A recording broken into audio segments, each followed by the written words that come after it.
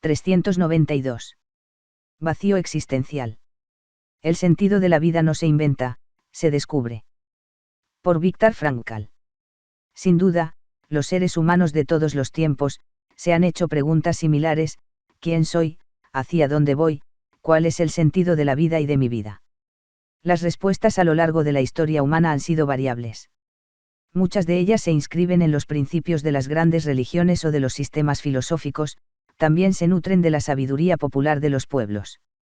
Además de la riqueza encerrada en las creencias y los aprendizajes heredados, y en las tradiciones de los pueblos, de las comunidades y de los clanes, se requiere lo que alguien ha llamado la mirada interior, es decir, la exploración del propio ser, para encontrar los caminos más profundos y personales.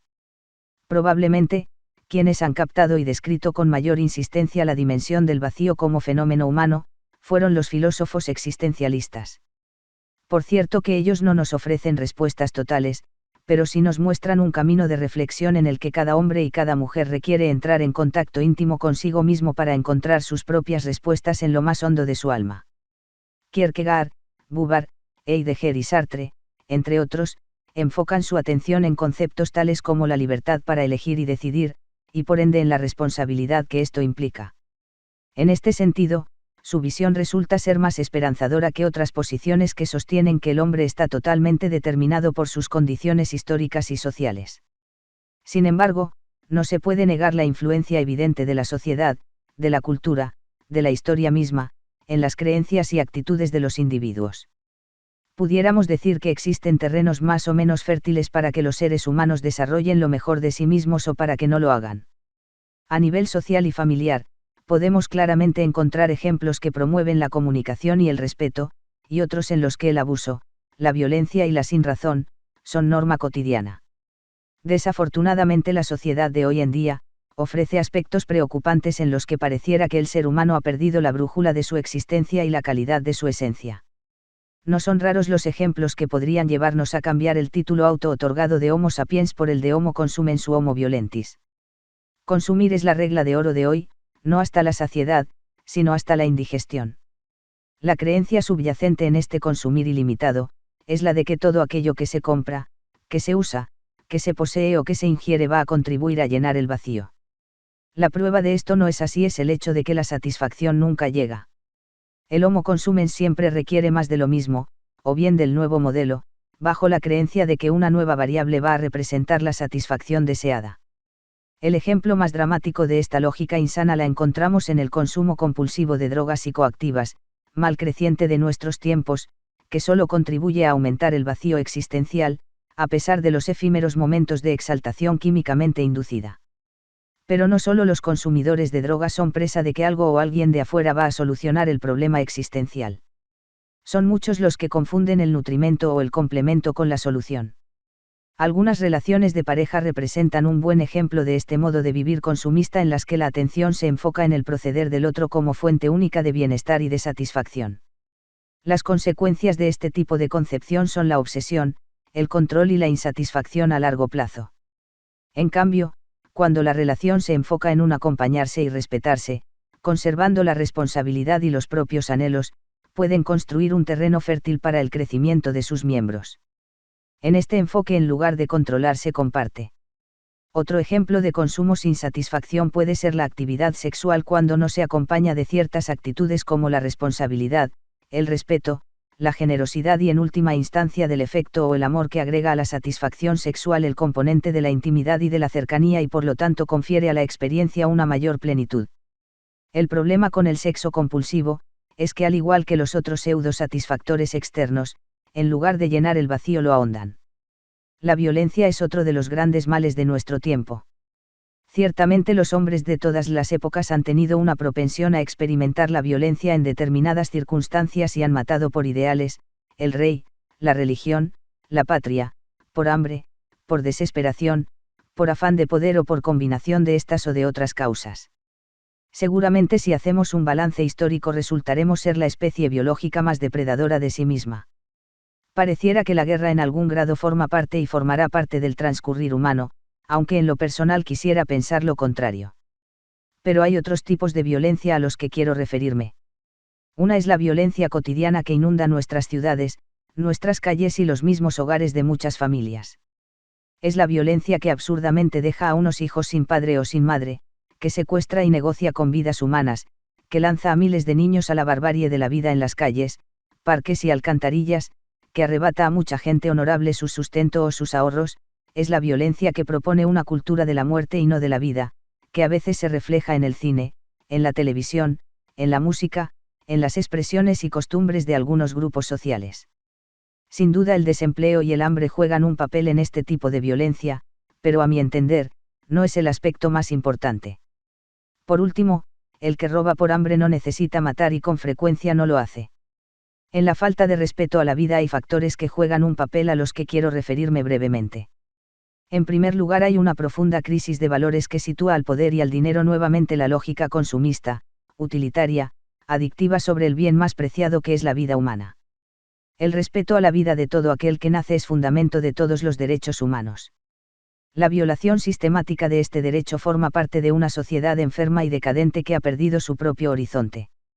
Hay otros dos elementos que, aunque relacionados entre sí, no son exactamente lo mismo y con frecuencia se les confunde o se les unifica en un solo problema.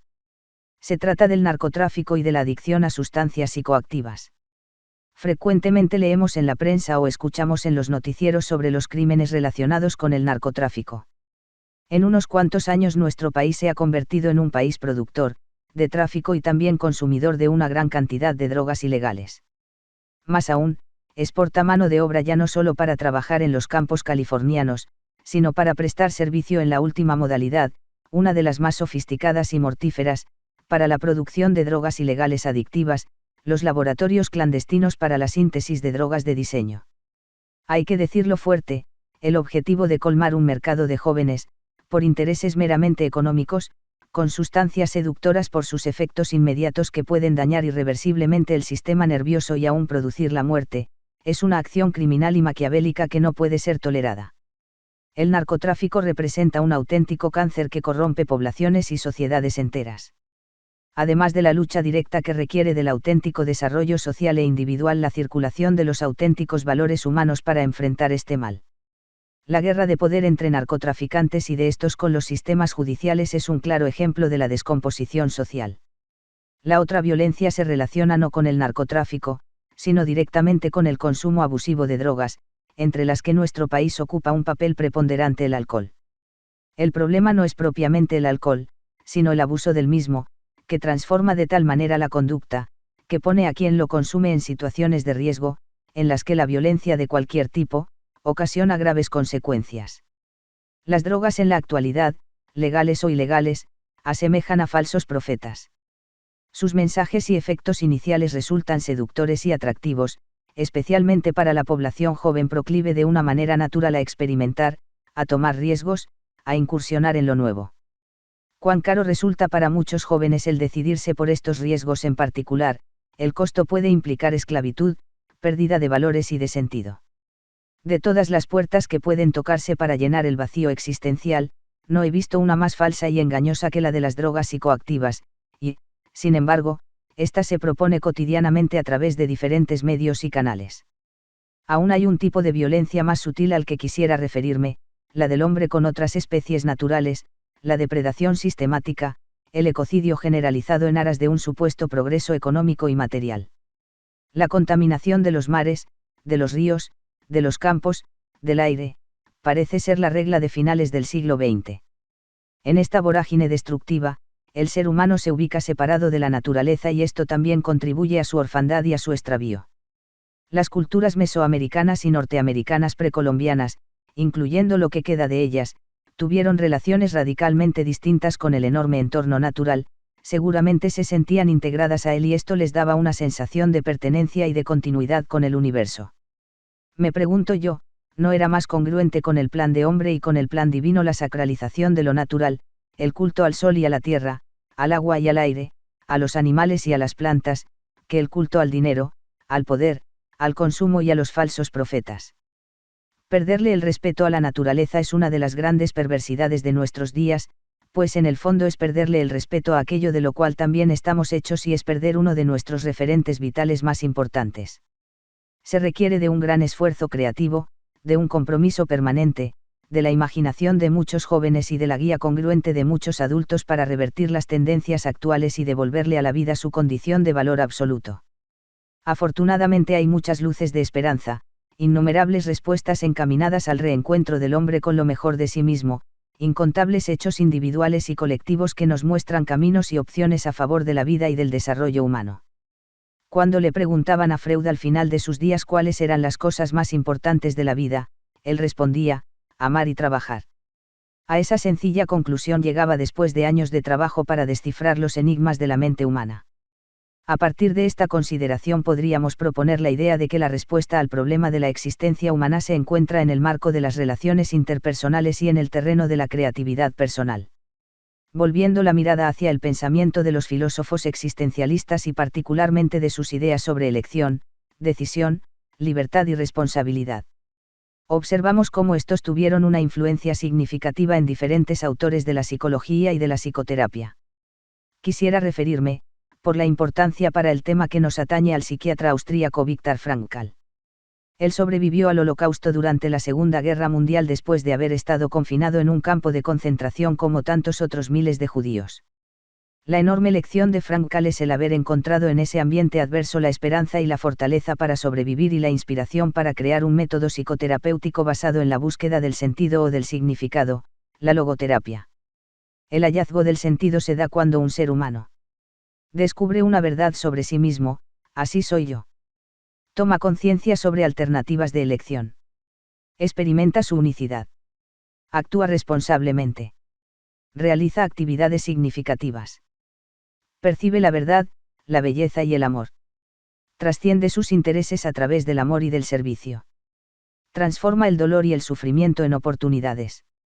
El descubrimiento de sí mismo, con defectos y cualidades, con errores y aciertos, es decir, la aplicación de la auténtica humildad, coloca a las personas en posición de asumir las propias limitaciones y potencialidades. Admitir las fallas y errores abre las posibilidades de cambio personal y no en la obsesión de cambiar o de controlar a otros. Una de las mayores limitantes que los hombres pueden autoimponerse es la de limitar sus opciones a las mínimas o con frecuencia a una sola posibilidad o alternativa. El hombre se vive así como víctima de las consecuencias que lo determinan en forma absoluta. Es cierto que el margen de posibilidades no siempre es muy amplio, pero aún en condiciones de estrechez reales, siempre hay opciones. Los ejemplos múltiples los aportan seres en situaciones de discapacidad o de desventaja física o social, que abre puertas dando muestra de lo que se puede lograr cuando alguien se lo propone a pesar de la adversidad. El mismo camino de Viktor Frankl nos muestra esta posibilidad de elegir. Difícilmente puede concebirse algo más desolador y aterrador que un campo de concentración, y ahí fue donde desarrolló este médico un método basado en la esperanza. El discapacitado físico que triunfa en el deporte, el hombre o la mujer que se sobreponen a la tragedia, las minorías marginadas que viven con dignidad y con alegría su diferencia, el pobre que se supera, el rico que comparte su riqueza, la mujer que decide romper los paradigmas de sumisión tradicionales, el hijo de un alcohólico que decide no beber, el joven que responsablemente decide romper con una imposición familiar. Todos estos y muchos más son ejemplos de cómo el hombre tiene la capacidad de abrir puertas, siempre si uno así lo decide. Hay, por una puerta que se cierra, otras que pueden abrirse. El problema no radica en la falta de puertas reales o potenciales, sino en la actitud mental que no visualiza más allá de sus propias narices. La vida es una gama inmensa de posibilidades y de oportunidades. Para verlas se requiere una actitud mental abierta y propositiva. Cada ser es único en tanto que posee características que lo distinguen de otros seres humanos. Por ello decía yo que ciertas respuestas existenciales residen en el interior de cada hombre y de cada mujer. Cada persona tiene sus propios talentos y también sus propias limitantes. Los seres humanos son no solo aquello que se les ve, sino también aquello que traen oculto y que les puede permitir ser seres más plenos y desarrollados. Carl Rogers, probablemente el psicólogo que mejor ha expresado la necesidad de considerar la subjetividad en el ser humano, habla del proceso de convertirse en persona, refiriéndose precisamente a ser aquello que responde a los propios anhelos, a las propias capacidades, a la propia esencia, en contraposición a aquellos patrones y expectativas sociales o culturales. Esto no se refiere a romper por rebeldía o por resentimiento, pues en este caso hablamos de reaccionar ante otros y no de actuar por sí y para sí. El que reacciona no sigue los dictados de su corazón y en el fondo depende tanto como aquel que se somete sin excepciones. Llegar a ser aquella persona que cada quien está destinada a ser, no significa actuar en contra de nadie sino a favor de sí mismo. El encuentro y la aceptación de este ser particular y único que cada quien, constituye la base de la autoestima y esta a su vez es el ingrediente básico del bienestar personal. Quizás una de las lecciones indispensables que tenemos que extraer de este siglo es sobre la necesidad de tolerar o aún más, de respetar las diferencias. La historia pasada y reciente nos muestra ejemplos de intolerancia extrema que solo puede conducir a la confrontación estéril, a la guerra y a la muerte. Sin embargo, también este es un siglo en el que se ha puesto sobre la mesa la necesidad de convivir en una sociedad plural y con diversas realidades étnicas, culturales, políticas, religiosas, sexuales y en otros tantos temas que ya no son tabúes. Uno de los grandes retos para el siglo XXI es el de aprender a vivir la tolerancia o mejor aún el respeto. La primera implica el reconocimiento de que el otro está ahí, que es distinto a mí y de que tengo que coexistir pacíficamente con él. El respeto es una actitud mucho más profunda y generosa, pues implica el reconocimiento de la riqueza y del potencial en la diferencia y es una actitud que reconoce el valor de cada ser humano, que admite y aprecia su propia unicidad, que se autoexplora y autocrítica sanamente, está bien colocado para respetar a otros seres humanos. Como decía Karl Rogers, entre más ahondo en mí mismo como persona, más afirmo mi raíz comunitaria con los otros hombres. La responsabilidad es la consecuencia lógica de la libertad. Vivir con responsabilidad es la consecuencia lógica de la libertad. Vivir con responsabilidad implica asumir la propia vida, los actos y sus consecuencias. Aquel que vive enfocado en lo que hacen no dejan de hacer los demás y justifica a partir de ellos sus fracasos y desatinos, ansiedades y depresiones es un ser que no está viviendo responsablemente. William Glasser, psiquiatra que acuñó el término y el método de terapia de la realidad, basa su teoría y su técnica en la adquisición de responsabilidad. Bajo este enfoque la atención se centra en las consecuencias más que en las causas de la conducta humana, bajo la premisa de que el hombre siempre puede modificar su conducta hacia patrones más responsables que se traducen en autorrealización personal. Glasser define la responsabilidad como la habilidad para satisfacer las propias necesidades sin privar a otros de la satisfacción de sus propias necesidades. Glasser se enfoca la satisfacción de dos necesidades básicas, comunes a toda la especie humana: amar y ser amado y sentirse valioso ante sí mismo y ante otros. Este esquema sencillo muestra un camino de trabajo para lograr el desarrollo personal, así como una guía para aquellos que interaccionan con seres humanos en los campos de la psicoterapia o de la educación. Abraham Maslow, uno de los pilares de la psicología humanística, formula su teoría de las necesidades humanas, entre las que se encuentran desde las fisiológicas, necesarias para el mantenimiento de la vida desde el punto de vista biológico, hasta las relacionadas con el desarrollo que llevan a la autorrealización plena del ser humano, a estas les llama valores del ser. Maslow coincide con Frankl en la idea de establecer vinculaciones significativas con las acciones y con las personas. Vincularse significativamente es la actitud opuesta a usar o utilizar. El artista que plasma en su arte su sello personal y que aplica lo mejor de su talento, el médico o el psicólogo que ve en su cliente o en su paciente a la persona humana en su totalidad y pone lo mejor de sus conocimientos a su servicio y de ayuda, el ciudadano común que aprecia y cuida a la naturaleza, el hombre religioso que trata de dar testimonio en su vida de fe, esperanza y amor, el científico que aplica su investigación al servicio del hombre y de la vida, el maestro que promueve con pasión el conocimiento en sus alumnos y tantos ejemplos más de lo que representa la vinculación significativa. La actitud opuesta es ver al cliente, al paciente o al alumno como una ficha más dentro de una larga lista, ver la obra de arte solo por su representación monetaria, utilizar a la religión para juzgar o descalificar a otros, usar la ciencia o la tecnología al servicio de la enajenación o de la muerte son ejemplos de vinculaciones utilitarias y no significativas. Significación es sentido, es satisfacción, es trascendencia. También el significado se encuentra a través de percibir la belleza y de recibir el amor. La obra natural, la rica geografía universal, nacional, veracruzana, está ahí, a pesar del hombre, disponible para que el hombre aplique sus sentidos y abra su corazón para establecer contacto con ella. Mar y montaña, cielos y nubes, ríos y lagunas, árboles y pastizales, nieblas y nieve, sol, luna, estrellas, conjugación de colores entre los que destacan el azul y el verde y de este surgen tonalidades intensas de rosas, amarillos, naranjas, blancos, rojos, violetas.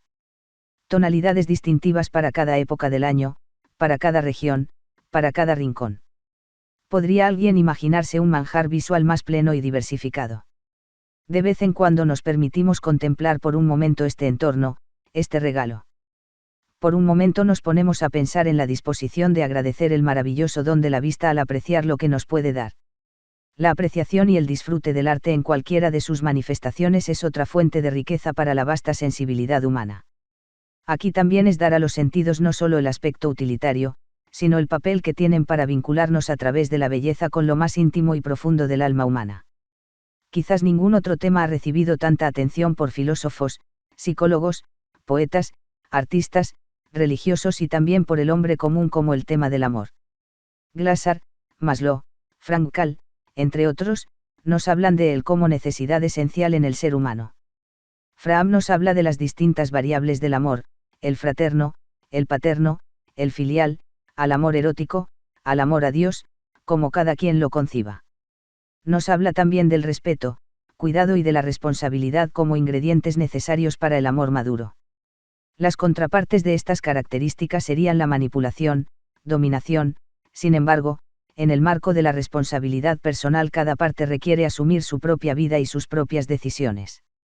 El concepto del amor se relaciona íntimamente con el concepto de servir, es decir, la preocupación sana y genuina por otros traducida en acciones concretas de ayuda, de apoyo y de solidaridad con otros.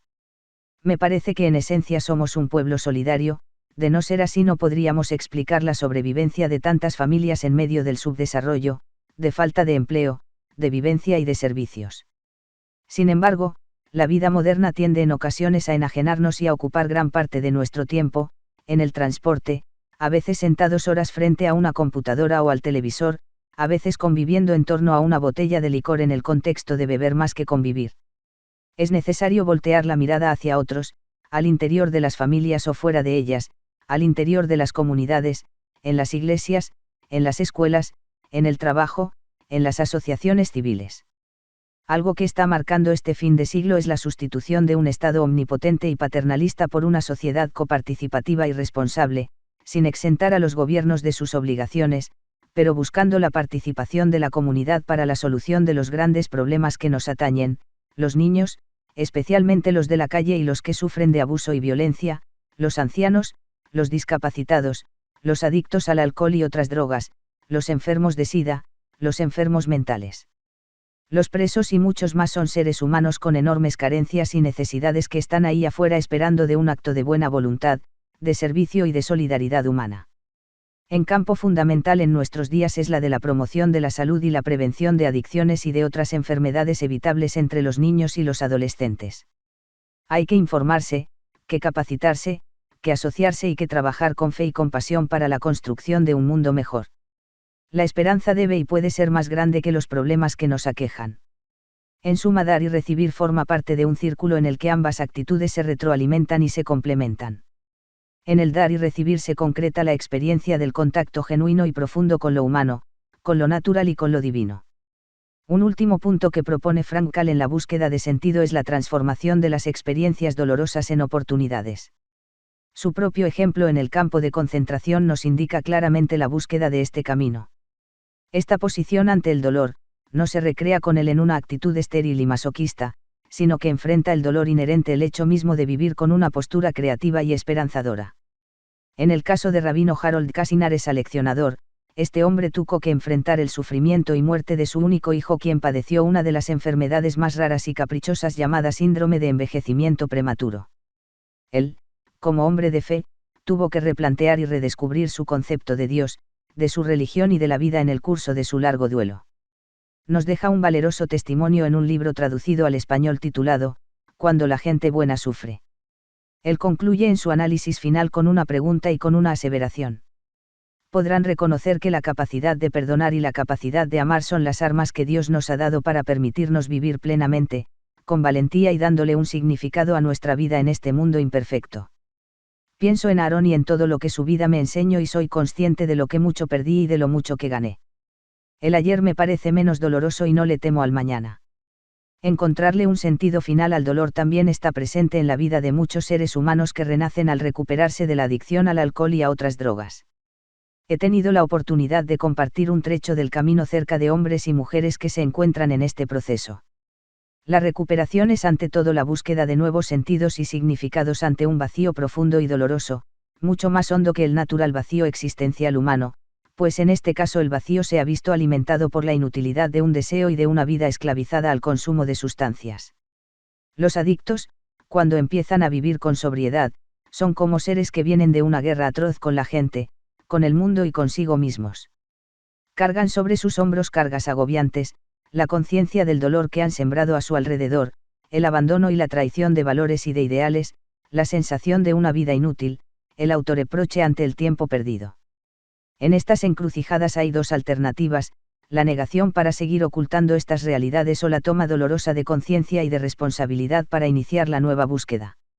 El dolor adquiere sentido para buscar en lo más profundo de sí mismo los nuevos motivos para vivir, para valorar la salud, la vida y el amor, para encontrar el sentido del servicio, en suma, para vincularse significativamente con los valores, con las personas, con el trabajo, con el servicio, con la naturaleza, con el universo y con lo divino.